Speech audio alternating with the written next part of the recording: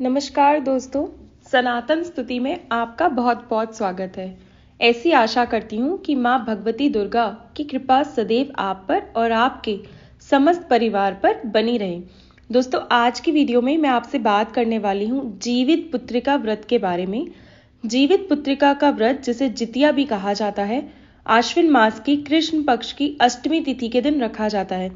ये व्रत पितृपक्ष में आता है और ये व्रत संतान की लंबी आयु के लिए, पितरों के आशीर्वाद प्राप्ति के लिए पूरी तरह से निर्जल निराहार रहकर धारण किया जाता है। इस व्रत में 24 घंटे से भी ज्यादा समय निर्जला ही रहा जाता है। वैसे तो इस व्रत के नियम कठोर हैं, लेकिन माताएं इस व्रत को धारण करती हैं अपनी संतान की लंबी आयु के लिए और उनकी सुख समृद्धि के लिए और बच्चों के लिए, कि उनके जीवन में सफलता आती रहे। इस प्रकार का आशीर्वाद वह जीमत वाहन से वो मांगती हैं। तो आज की वीडियो में आप जानेंगे कि साल 2024 में जितिया कब है, यानी अष्टमी तिथि का ये कब प्रारंभ होगा और समापन कब होगा इस व्रत का। हमें ये व्रत कब धारण करना चाहिए, इस व्रत के नियम किस प्रकार हैं और सुबह नहाने से लेकर आपके व्रत के पारण तक की संपूर्ण जानकारी मैं आपसे शेयर करूंगी। दोस्तों, इसी के साथ इस व्रत के कुछ ऐसे भी नियम होते हैं जिनके थोड़े से सास हैं उनके लिए अलग होते हैं और जिनकी सासू माँ नहीं रहती उनके लिए नियम अलग होते हैं। तो ये सारी जानकारी मैं आज आपको इस वीडियो में शेयर करने वाली हूँ और ये वीडियो आपके लिए बेहद उपयोगी होगी अगर आप व्रत को पहली बार कर रहे हैं तो भी। तो मैं ऐसी आशा करती हूँ कि ये वीडियो आप अंत तक जरूर देखेंगे।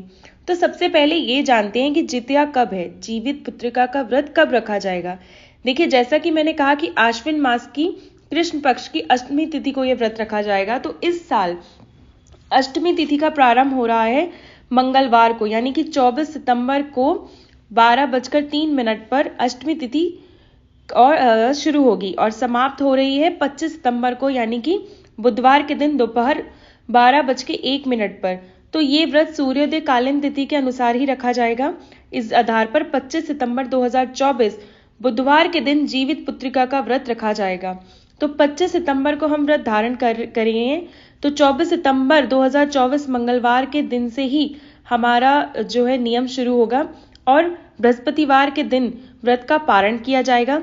तो जैसे कि हम तीज का व्रत करते हैं और फिर नहा खाने के बाद फिर व्रत और फिर उसके पारण, उसी प्रकार से जीवित पुत्रिका का व्रत भी किया जाता है। लेकिन हाँ, इसमें एक नियम थोड़ा सा मुश्किल है, जो कि हरतालिका तीज के व्रत से भी इस व्रत को कठिन बनाता है। जैसे कि आप जानते हैं कि हरतालिका तीज के व्रत में आप शाम को पानी पी सकते हैं या फिर कई लोग रात्रि 12 बजे के बाद भी पानी पी लेते हैं। लेकिन इस व्रत में ये नियम कठिन है थोड़ा। सुबह सूर्योदय के बाद ही आप जल ग्रहण कर सकते हैं, इससे पहले नहीं। मतलब जीवित पुत्रिका के व्रत में आप लगभग 28 घंटे तक निर्जला ही रहते हैं। नियम इस प्रकार होते हैं कि सुबह उठकर हम जब स्नान करते हैं, पूजा करते हैं, फिर जितिया बच्चे को पहनाया जाता है, दान इत्यादि करके इसके बाद कहीं जाकर हम जल पीते हैं। तो व्रत बहुत कठिन है, इसमें कोई संशय नहीं। लेकिन हर माताएं जिनकी भी संतान है वो इस व्रत को धारण कर ही लेती हैं। और अब जैसे कुछ प्रश्न आए हैं कि हमारे पास पुत्री है, पुत्र नहीं है, तो क्या इस व्रत को कर सकते हैं। देखिए, बिल्कुल कर सकते हैं। पहले की बात थी कि जबकि कहा जाता था कि पुत्र हो तो ही ये व्रत धारण करना चाहिए, तब पुत्रों की मान्यता अधिक थी। लेकिन अब तो पुत्र और पुत्री दोनों में ही कोई अंतर नहीं है। आपको अपनी संतान के लिए व्रत रखना है तो वो पुत्र या पुत्री कोई भी हो सकता है। उसी भाव से आप पुत्र और पुत्री दोनों मानते हैं तो आपके पास पुत्री भी है तो भी आप ये व्रत कर सकते हैं। लेकिन इतना जरूर ध्यान रखें कि अगर आप व्रत शुरू करना चाह रहे हैं तो एक बार अपने परिवार में जरूर पूछना चाहिए। मतलब परिवार वाले जैसा आपसे कहें, जैसे कि परंपरा चलाना चाहते हो, वैसे ही आप ये व्रत शुरू करें। बाकी आप लोग के परिवार में नहीं भी होता, फिर भी आप करना चाहते हैं तो एक बार उनसे पूछ लें कि अगर कोई उनके पहले नियम थे या किसी ने ये व्रत क्यों छोड़ा तो नहीं था, इस प्रकार से कुछ। बाकी व्रत रखने का कोई वैसा विशेष नियम नहीं है, आप चाहें तो ये व्रत खुद से भी शुरू कर सकते हैं। देखिए, जो पहला दिन होता है वो आपको मिलेगा 24 सितंबर का दिन, मंगलवार का। तो इस दिन आपको स्नान करना है और बाल धोकर स्नान किया जाएगा। इसके बाद शुद्ध और सात्विक भोजन किया जाएगा और आप इस दिन लहसुन प्याज का सेवन नहीं करेंगे। जो मसूर की लाल वाली दाल होती है वो बिल्कुल भी नहीं खानी। इसके अलावा गाजर, मूली, बैंगन, इन सभी चीजों को व्रत में नहीं खाएं। व्रत के एक दिन पहले ये चीज़ें बिल्कुल भी ना खाएं। कुछ ऐसे क्षेत्र है जहाँ पे मछली खाई जाती है पहले दिन, तो अगर आपके यहाँ भी इस प्रकार का नियम है तब आप बिल्कुल खा सकते हैं। लेकिन वैसे ज़्यादातर क्षेत्रों में सात्विक भोजन ही किया जाता है बिना लहसुन प्याज की। एक और चीज़, जो आपका नहाए खाए वाला दिन है, वहाँ सबके यहाँ कुछ ना कुछ विशेष खाकर ही व्रत किया जाता है। जैसे हमारे इधर सतपुला, जैसे कि तरोई कहते हैं, तो तुरई की सब्जी बनाई जाती है, ये हमारे यहाँ विशेष मानी जाती है। कई स्थानों पे मैंने सुना है कि मरुआ की रोटी बनाई जाती है, तो अगर आपके यहाँ मरुआ की रोटी बना के ये व्रत स्टार्ट किया जाता है तो वैसे करें। और बहुत अलग अलग चीज़ें अलग अलग जगह अलग अलग स्थानों पे बनाने की मान्यता है। तो जैसे आपके यहाँ मान्यता है उस चीज़ को नहाए खाए वाले दिन पहली चीज़ वही खाएं, और जैसा आपके यहाँ होता है वैसा करें। कुछ विशेष आपके यहाँ होता है तो विशेष करें, और अन्यथा आप तोरई बनाकर खा सकते हैं, तो वही खाकर आप व्रत प्रारंभ करेंगे। देखिए, नहाए खाए वाले दिन में आपको ये करना है। फिर शाम के समय घर में कुछ मीठा बनाया जाता है, बच्चों के लिए बनाया जाता है, और क्योंकि हम ये बच्चों के नियम में व्रत धारण करते हैं तो जनरली हम पुआ वगैरह बनाते हैं, गुलगुले बना सकते हैं ताकि हम बच्चों को खिला सकें। ये एक तरह का नियम है एक तरीके से देखा जाए तो। इसके साथ ही एक और चीज़ बनती है, जो छोटी छोटी पूरियाँ होती हैं, और इसके साथ बिना नमक की सब्जी बनाई जाती है और तोरई बनाई जाती है। ऐसा कहा जाता है कि चील हो या सियार हो या सासू माँ हो, कोई भी किसी को भी दिया जा सकता है ये, ठीक है। कहीं कहीं पर 3 पूरियां बनाई जाती हैं, कई स्थानों पर 4 बनती हैं, और कुछ स्थानों पर 5 भी बनती हैं। तो आप अपने हिसाब से देखें कि आपके 3 पूरी का रिवाज है, 4 का है या 5 का। आपके यहाँ जितनी भी बनती हो, 1 किलो एक सियार के लिए बनती है, 1 जीमत वाहन के लिए बनती है, और 1 सासू माँ के निमित्त बनाई जाती है, और 1 पूरी बनती है गौ माता या लक्ष्मी के लिए। तो इस प्रकार से 5 पूरियां बनती हैं। सुबह जब सरगी खाने उठते हैं तो उसी में स्नान इत्यादि करके ये सभी पूरियां तोरई के पत्थर पर रखी जाती हैं। पूरी और वो तोरई वाली जो सब्जी है, दही और चूरा चीनी, ये सभी चीजें आपको रखनी होती है उस तोरई के पत्ते पे। फिर घर की छत पर या बालकनी में, जहां पर भी आपके पास खुली जगह हो, वहां पर ये चीजें रख दीजिए। मेरे हिसाब से रात्रि के 3 बजे के आसपास आप ये चीजें रख दीजिएगा, और मन में पितरों का ध्यान और उनके प्रति अपना समर्पण जरूर दिखाएं, और जल का पात्र वहां रख दें। फिर जल का आप वहां पे लोटा वगैरह रख सकते हैं, आपकी जैसी सुविधा हो वैसा आप करें। फिर अपने पितरों से, चीलो सियार से और जिम उत्वाहन से आप हाथ जोड़कर प्रार्थना कीजिए कि हमारी संतान की आयु लंबी हो, हर प्रकार से हमारी संतान की रक्षा हो। हम जो ये व्रत धारण करने जा रहे हैं, व्रत निर्विघ्न रूप से पूर्ण हो, इस प्रकार से प्रार्थना करके आप ये व्रत प्रारंभ करेंगे। तो ये नियम किया जाता है सरगी से पहले। अब सरगी खाने के नियम क्या होते हैं? देखिए, इस प्रकार से जो सासू माँ को भोजन दिया जाता है, या और जो चीलो सियार को भोजन दिया जाता है, ये सब जो है जिनकी सासू माँ नहीं होती, वो क्या करते हैं, कई स्थानों पर जैसे सासू माँ होती हैं वे दे दें तो ठीक है। आपके यहाँ परिवार में आपके यहाँ जो परंपरा है उसे अच्छे से समझ लीजिएगा, नियम देख लीजिएगा क्या होते हैं। अब मान लीजिए जिनके यहाँ सासू माँ नहीं होती, वे ये क्या करते हैं कि वैसे ही सरगी खाते हैं, व्रत करते हैं। और जब सरगी में क्या खाना होता है, जैसे हरतालिका तीज में उठकर जल इत्यादि पीते हैं, उस प्रकार से हम जल पीते हैं, और या फिर आप कोई लिक्विड जैसे नारियल पानी, जूस, इस तरह का, ग्लूकॉन डी इस तरह का ले लेते हैं। जो भी आपके मन करे वो आप ले लें एक चीज़, और साथ में कुछ फल इत्यादि ले लें। और कुछ लोगों के यहाँ पूरियां भी खाई जाती हैं, तो आपके यहाँ अगर ऐसा होता हो तो आप पूरियां भी खा सकते हैं।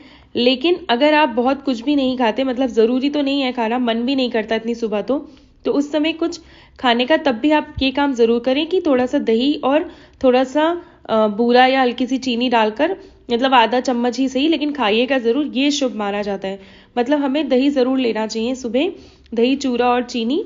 तो उसके बाद फिर जल इत्यादि आप लोग ले सकते हैं। दवाई लेनी हो तो दवाई ले सकते हैं, क्योंकि दिन भर निर्जला रहना है तो दिन में आप दवाई नहीं खा पाएंगे। जो भी दवाई आपको खानी हो, कोई भी किसी प्रकार की आप गोली खाते हो, किसी भी टाइप की प्रॉब्लम हो, हेल्थ इशू हो, तो आप खा लें। और जितना हो सके उस समय ठंडी चीज़ें ग्रहण करें। कुछ लोग चाय लेना पसंद करते हैं, लेकिन तो चाय आप पी सकते हैं, कॉफ़ी पी सकते हैं, लेकिन आप जो है सरगी लेने से पहले स्नान कर लेते हैं तो अत्यंत श्रेष्ठ होगा। कि मान लीजिए आप सरगी लेने से पहले स्नान भी नहीं कर पाते, तो भी याद रखें कि हाथ पांव धोकर वस्त्र जरूर बदलें, जैसे कि हरतालिका तीज में हम करते हैं, ठीक उसी प्रकार से जब आप सरगी खा लेते हैं तो उसके बाद से दांत साफ अवश्य करें, ब्रश कर लें, दातुन कर लें, आपके पास जो उपलब्ध हो। और अगर आपके घर के आसपास दातुन नहीं मिलता तो ऐसे में नया ब्रश रखिए, मतलब जिस ब्रश को आपने उपयोग ना किया हो उस नए ब्रश से आप सरगी खाने के बाद ब्रश करें। जैसी उपलब्धता हो वैसे ही नियम का पालन किया जाए और वैसे ही आप करें। तो दातुन ना मिले तो ज्यादा परेशान ना हो, दांत साफ अवश्य करने हैं, कुछ भी अनाज इत्यादि दांत में फंसा ना रहे, इससे आपका व्रत खंडित हो सकता है। अगर उस समय आप व्रत के समय किसी प्रकार के अनाज का अनुभव होता है तो व्रत खंडित माना जाता है, ठीक है। तो इस बात का आप लोग को ध्यान रखना है। तो ये तो आपके हो गए नहाए खाए वाले दिन के नियम, सरगी के नियम। इसके बाद फिर स्नान इत्यादि करके हम व्रत का संकल्प लेते हैं, पूजा करते हैं। आपने घर में जो नित्य पूजा करी है, जो संकल्प लिया है, भगवान जीमत वाहन अपने पितरों से चीलो सियार सबसे प्रार्थना कर लीजिएगा और आप ये व्रत निर्विघ्न पूर्ण हो ऐसी विनती जरूर कीजिएगा कि भगवान कोई भी विघ्न बाधा ना आए, कोई भूल चूक अनजाने में हमसे हो जाए तो उसे क्षमा करें। इस प्रकार से प्रार्थना करने के बाद ये व्रत प्रारंभ करें। एक चीज और बताना चाहूंगी कि जरूरी नहीं है आप हाथ में जल और अक्षत लेकर ही व्रत का संकल्प लें, बल्कि पूजा करते समय मानसिक रूप से हाथ जोड़कर अपने व्रत का संकल्प ले लीजिएगा। इसके बाद दिन में हमें निर्जला व्रत रखना होता है। शाम के समय जीमत वाहन भगवान की पूजा की जाती है, कथा सुनी जाती है। तो मैं आपको कथा 1-2 दिन में वीडियो में अपलोड कर दूंगी। और क्या कहते हैं, शाम के समय जित्या नहीं पहना जाता, जित्या हम सुबह ही पहनते हैं और कई स्थानों पे जित्या पहना ही नहीं जाता। तो आप ध्यान रखिएगा कि आपके यहाँ क्या होता है। जैसे कुछ स्थानों पर सोने की जित्या धारण किया जाता है, कई स्थानों पर सोने की जित्या नहीं रहती, धागा पहनते हैं। तो आपके परिवार में जिस प्रकार से नियम चले आ रहे हैं, आपके पारंपरिक नियम जो पूर्वज चला रहे हैं, उन्हीं नियम को फॉलो अप करिएगा। और इस नियम में क्या कहते हैं, कोई प्रॉब्लम नहीं है अगर आप सोने का पहने, धागे का पहने, जैसा परिवार वाले कहें वैसा पहने। उसी प्रकार करने के बाद शाम की कथा सुनने के बाद आप जल ग्रहण नहीं करेंगे, इस बात का आपको ध्यान रखना है। अगले दिन ही जल पिएंगे। फिर अगले दिन ब्रह्म मुहूर्त से उठकर नित्य कर्मों से निर्वृत्त होकर स्नान कर लें। इसके बाद घर में जो पूजा करना है पूजा कर लें। बच्चों के सिर में तेल लगाएं, थोड़ा सा तेल बच्चों के सिर में अवश्य लगाना चाहिए। फिर आप अपने सिर में भी थोड़ा सा तेल लगाएं, थोड़ा सिंदूर लगाएं। इस समय जो सिंदूर लगाया जाएगा वो आप सिंदूरा जो आपकी शादी वाला है उसी में से सिंदूर लगाया जाएगा। आप चाहें तो शाम को भी सिंदूर में से क्या कहते हैं, शाम को भी सिंदूरा से सिंदूर लगा सकते हैं। लेकिन अगर आप शाम को नहीं भी लगा पाए तो आप अगले दिन व्रत पारण वाले दिन आप उस सिंदूरा में से सिंदूर जरूर लगाइएगा। इसके बाद जो आपका जित्या है, सबसे पहले आप बच्चे को धारण करवाएंगे। जितने भी बच्चे हैं सबको पहना दीजिएगा गले में एक एक करके। और उसके बाद स्वयं आप धारण करते हैं। सुबह की पूजा पूर्ण करने के बाद आप दान करेंगे। दान किस चीज का करना है? देखिए, जित्या के पारण में दाल और चावल का दान किया जाता है। कच्चा दाल और चावल, सब्जियां, सब्जी में आलू इत्यादि रख सकते हैं, कोई हरी सब्जी हो तो वो रख दें, खीरा रख सकते हैं। साथ ही इस व्रत में तुरई का दान भी करना होता है, वो अत्यंत आवश्यक होता है, तो तुरई पहले ही ले लीजिएगा। इसके साथ ही बहुत स्थान पर जहां पर अलग अलग चीजें, मतलब परंपरा है कि कुछ प्रकार की चीजों के दान या ग्रहण करने से जो आप लोग ग्रहण करते हैं, जो भी आपके यहाँ विशेष है, कुछ खाने में पारण वो चीजें दान करें। जैसे मड़ुआ की रोटी करी जाती है, चने करे जाते हैं, कई स्थान पे कुछ विशेष प्रकार का साग खाया जाता है। तो जो नियम हो उस चीज का आप दान जरूर करें और तुरई का दान अवश्य कर दें। जो भी आप पारण में अपने लिए लेते हैं वह सभी चीजें थोड़ा थोड़ा मात्रा में जरूर दान कर दीजिएगा। इसके अलावा वस्त्र और दक्षिणा इत्यादि आप दान कर सकते हैं। दान में सामग्री में रखकर स्पर्श करके, और आपको अगले दिन जो पारण वाला दिन है उस दिन ये सब करेंगे आप। और अपने पारण से पहले सामग्रियों का दान करना, फिर जित्या बच्चों को पहनाया जाता है, फिर स्वयं धारण किया जाता है। उसके बाद ही जिस प्रकार से नियम हमारे यहाँ होता है उस प्रकार से, मतलब उस वस्तु को खाकर हम जल ग्रहण करते हैं। देखिए, तो ये संक्षिप्त विधि मैंने आपको बता दी, आपसे शेयर किए। अगर आपको कोई भी संशय बाकी रह गया हो तो आप मेरे चैनल से जुड़े रहिएगा और मुझसे पूछ लीजिएगा। और हाँ, बात करें जिनकी सास नहीं है उन्हें विशेष क्या करना होता है। देखिए, जिनकी सास नहीं है उन्हें ना पहले दिन नहाए खाए वाले दिन जो होता है उस दिन भी दान निकालना होता है। मतलब जैसे कि आटा, दाल, सब्जी, तोरई इत्यादि जो भी चीजें हम खाते हैं, जो भी हमारे यहाँ नहाए खाए में विशेष है, वो आपके यहाँ जो नियम है उसके अनुसार आप लोग दान की सामग्री निकालते हैं। जैसे जो भी आप खा रहे हैं उस प्रकार का दान निकाल लीजिए। दक्षिणा रखना है, सिंदूर भी रखेंगे आप, क्योंकि आपकी सास नहीं है, सिंदूर रखिएगा। इसके साथ ही हल्दी और नमक इत्यादि रखे जाएंगे। इन सब चीजों को एकत्रित करके आपको क्या करना है, दान कर देना है। उसके बाद ही आपको नहाए खाए में जो भी आप खाना चाहते हैं वो खाना है। मतलब पहले दिन का दान निकाल कर ही आप खाना खा सकते हैं अगर आपकी सासू माँ नहीं है तो। और आपको इस प्रकार का नियम करना होता है। पारण वाले दिन भी आपको सभी कुछ दान करना है। जिनकी सासू माँ है वो भी दान करेंगे, जिनकी नहीं है वो भी दान करेंगे।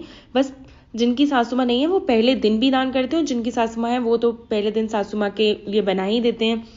तो चीलो सियार के लिए सरगी भोजन देते हैं जब, जैसे कई स्थानों पर, तो जिनकी सासू माँ है वो लोग तो निकाल देते हैं, लेकिन ज़्यादातर स्थानों पर जब सासू माँ नहीं होती तो चील सियार सासू माँ के लिए भोजन निकालते हैं।